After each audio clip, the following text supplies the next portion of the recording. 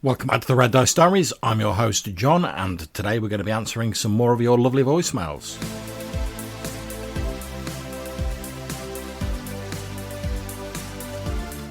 And first up, we have a voicemail from Jason at the Nerds RPG Variety Cast.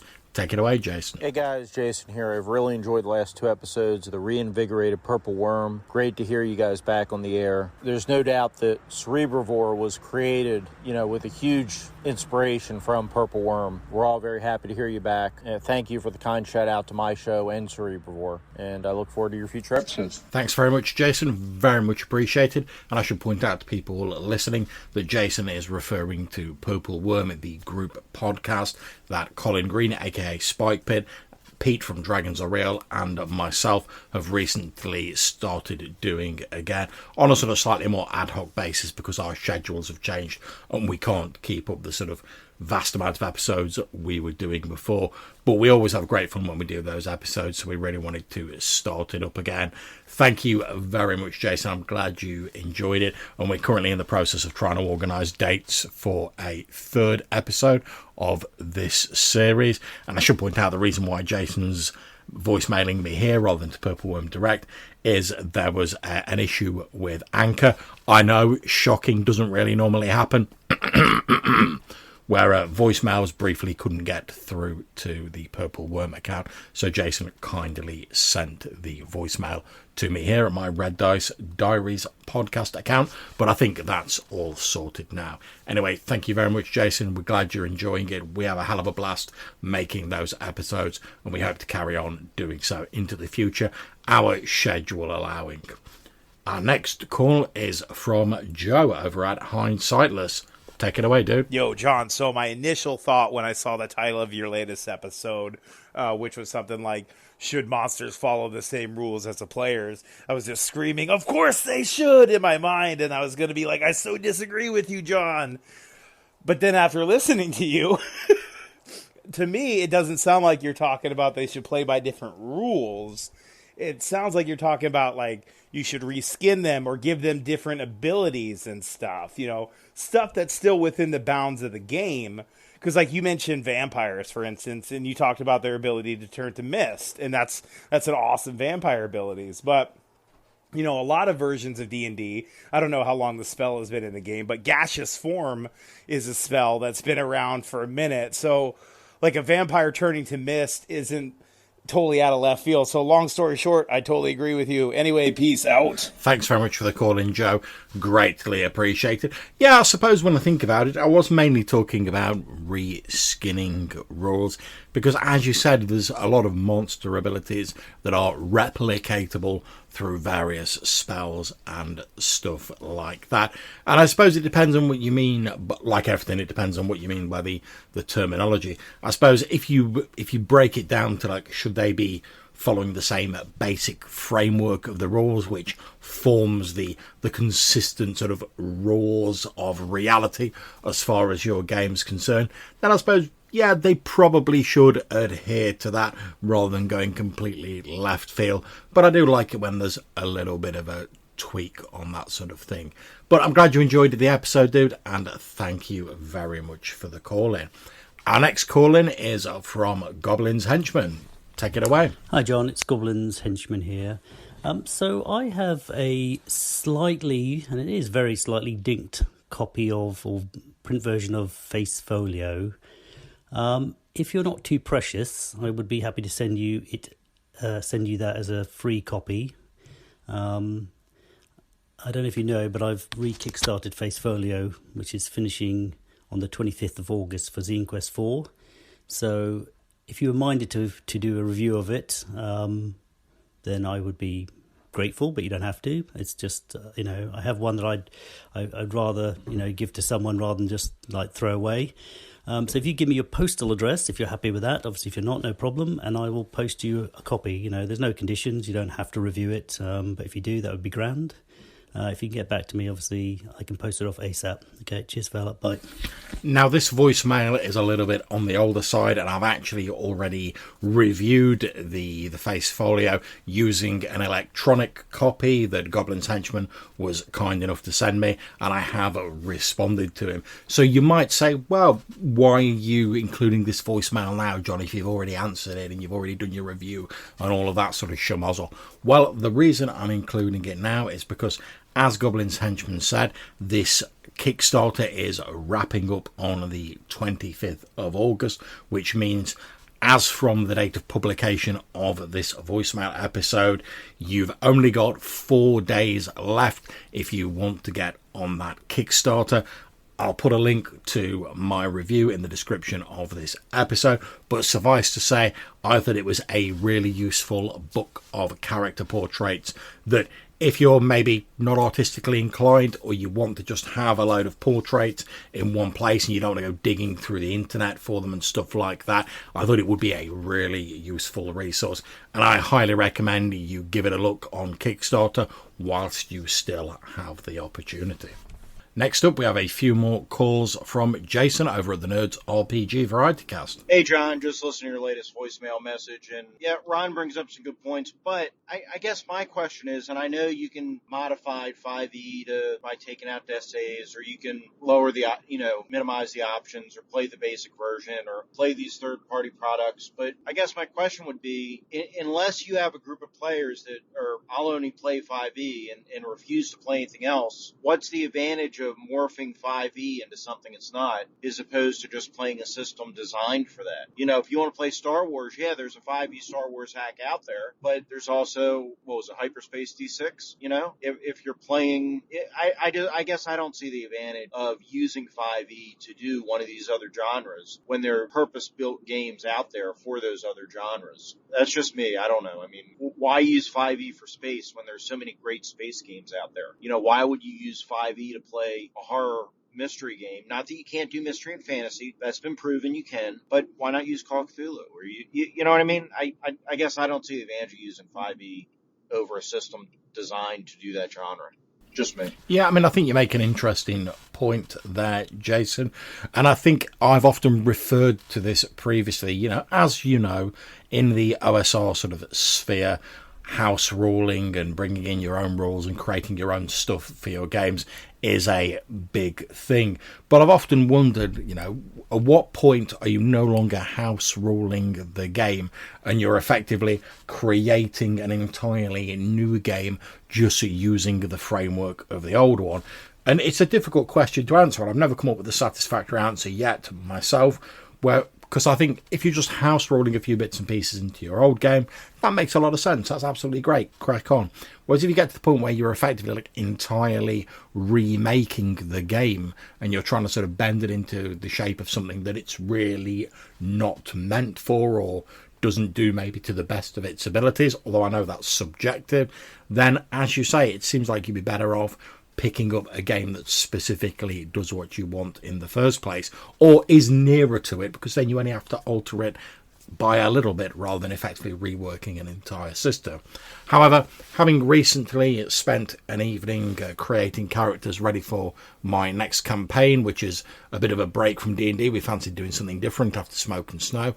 We're doing Vampire the Masquerade 5th edition, and having a couple of players who were not familiar with it, a couple of players who were familiar with the older rules and stuff like that, and me still sort of learning these newer versions of the rules, although I have a lot of experience with previous editions. I've got to admit, if I'd have had the option to rework that for a system that we were all more familiar with, I probably would have done so, because it would have saved us a lot of time when it came to actually character genning and playing. And that's no shade on any of my players. We took a very sort of slow, sort of steady pace through the character gen, just to familiarise ourselves with it, ask a few questions, make sure everyone felt comfortable. But I don't know whether it's me getting to be a bit lazy in my old age or something like that, but I find that my enthusiasm for learning entirely new systems has greatly diminished over the years, and I don't really have that excitement of like, oh right, I'm going to get into this system and find out how it all works. Now I'm just like, oh, it's something else I've got to remember, whereas I'd rather, for me, be getting to the interesting bit of designing the campaign world, chatting to the players about their characters and what they're excited about with the game, and the stuff like that. Maybe that's just me, though. Hey, John, just listen to should PCs and monsters follow the same rules, and I definitely am fine with them not. I think it's fine to adjust monsters, not use the ones straight out of the monster manual or, whatever monster book you have with your game. Like vampires, you do, and I've talked before about this, like Captain Kronos Vampire Hunter, one of the conceits of that movie is different vampires have different weaknesses and different effects. So if you haven't watched that yet, I'm waiting for you and Hannah to watch it. It's an old Hammer film, Carolyn Monroe. Check it out. Caroline Monroe. But yeah, I definitely don't have an issue with changing stats up for the monsters or even bending the rules for the monsters. Now, you have to be careful that you're not doing adversarial play, right? You can play as an adversary, meaning you're playing your villain smart, but you don't want to be playing against the players. But I think there are times it's okay to have a monster do something that would break the rules. Now, you need to be careful. Like I say, you need to be careful with this. But we see this all the time in like first edition, AD&D. There's not every, but you go through the AD&D monster manual, and there are tons of monsters that have abilities that just break the rules. Whether they're abilities like bear hugging the character, or tentacles to grab the character, ignore armor class, stuff like that. So. Yeah, absolutely right, Jason. I do think it's okay for monsters to sort of bend or break the rules, and I think this voice message is a great companion to the one from Joe over at Hindsightless that we featured at the start of this episode, where Joe's saying that he thinks, the monsters need to follow the rules because the rules are effectively like the laws of physics or the sort of laws of reality for your campaign world. And I think he has a strong point, as I said earlier. However, as Jason has just said, sometimes it's all right to bend or break those rules as long as you're careful about how you do it. A monster having a weird or sort of strange ability isn't going to sort of fracture the laws of reality in your campaign world. However, if every monster is consistently breaking the rules, that's when it becomes difficult for the player characters to make informed decisions based on the rules of reality in your campaign world, because so much stuff seems to be immune to them or they don't apply to them. So I do think you have to be careful, but occasionally it's all right to bend or sort of fracture, let's say, those rules if it results in a more interesting monster and encounter. Jason here, just listen to Picaro, the story of D&D. I don't own Knock 3. I haven't read James's article, but I will say maybe that was somebody's original intent. That's never how the game was universally played. The low-level Warhammer Fantasy thing, I think, was played that way more in Warhammer Fantasy ever than D&D.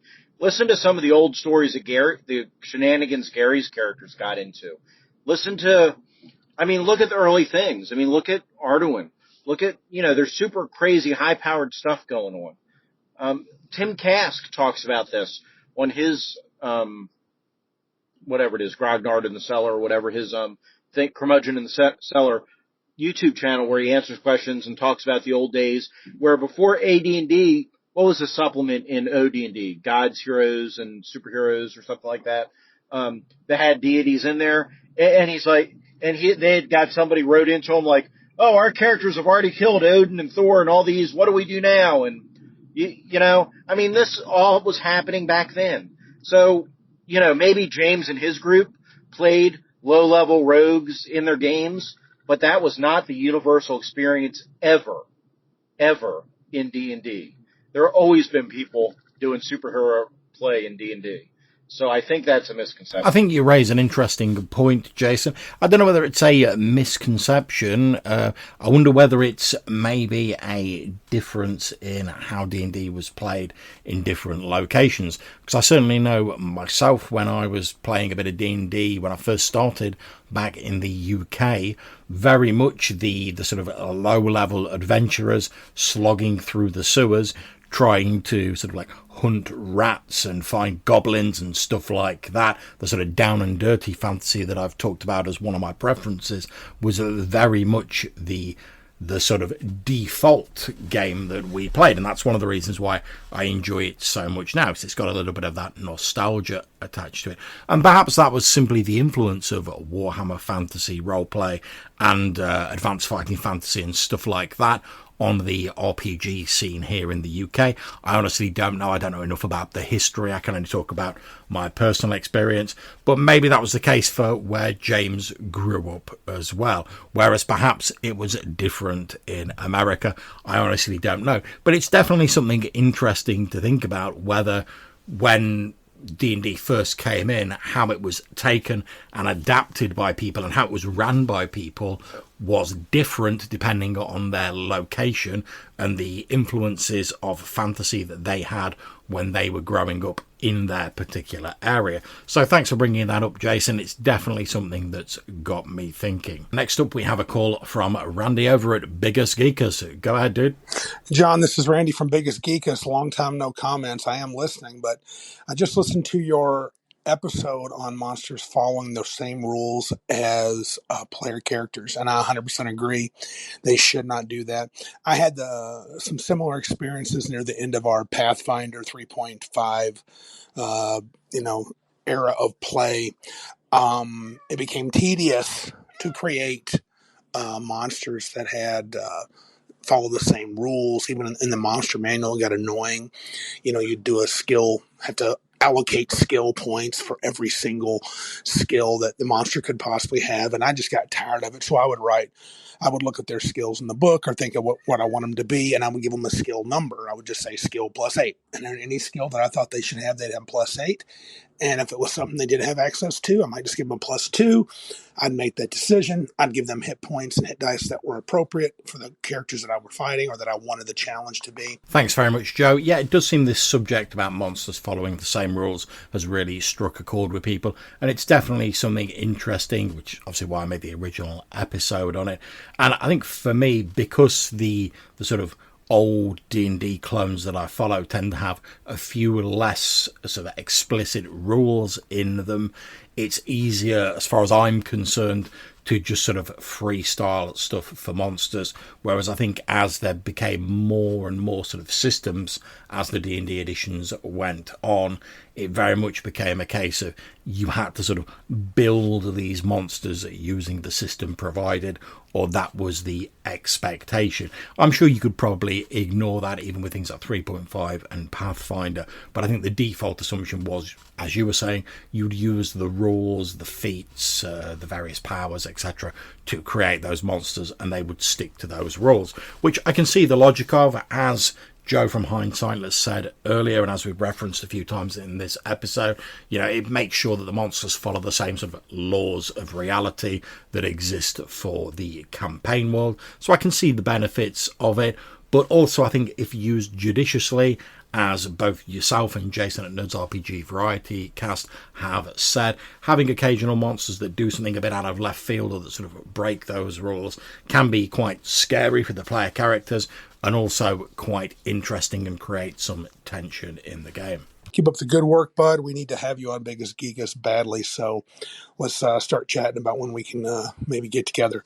So keep up the good work. Take care, man. Bye. Yeah, dude, I would love to be on Biggest Geekus at some point, although I might have to book a day off work to make the American times, because you guys tend to be on very, very early in the morning by my sort of time zone, which unfortunately is why I can only catch the odd sort of live broadcast on YouTube every now and again when I just happen to have a day off work that syncs with you guys broadcasting, which doesn't seem to happen very often, unfortunately. But yeah, I would love to be on Biggest Geekers if we can work out a time that suits all of us. So give me a shout and we'll start discussing that, and hopefully we can do something with that in the future.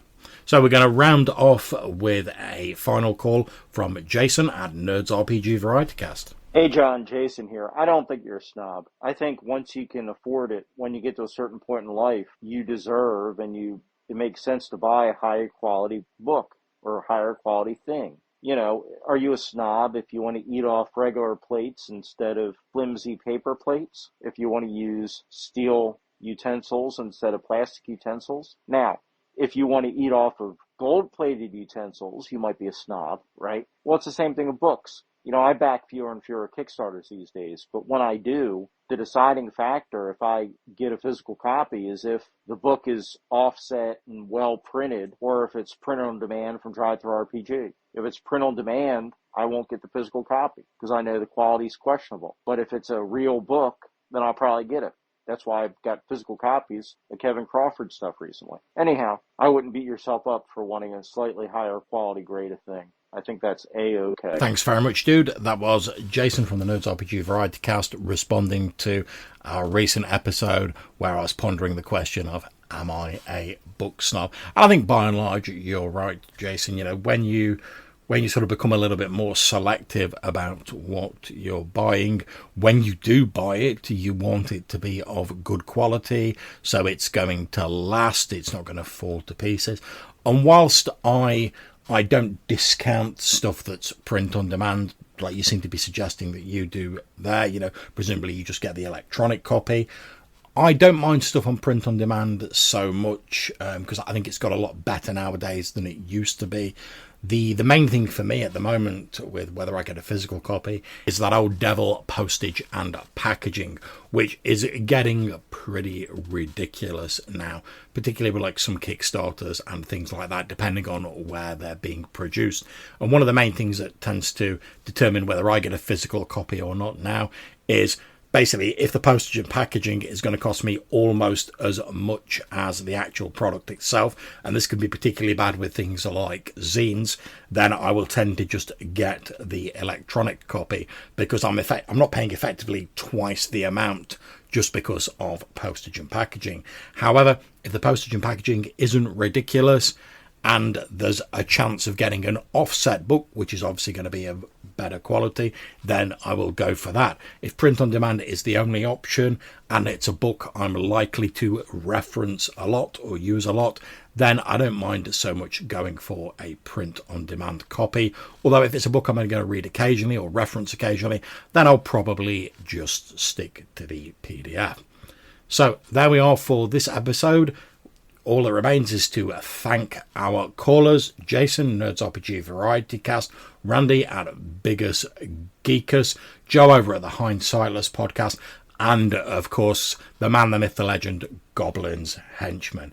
We hope you've enjoyed this episode. If you want to get your questions answered, have a bit of a chat about RPGs or any previous episodes we've done, and maybe get featured in a future audio episode on the podcast, then you can get in touch with us a number of different ways. You can drop us a voicemail using either SpeakPipe or Anchor, link in the description down below, or you can send us an email to rddrpgpodcast@gmail.com. So until we see you again, take care, stay safe, and whatever you're playing, have fun.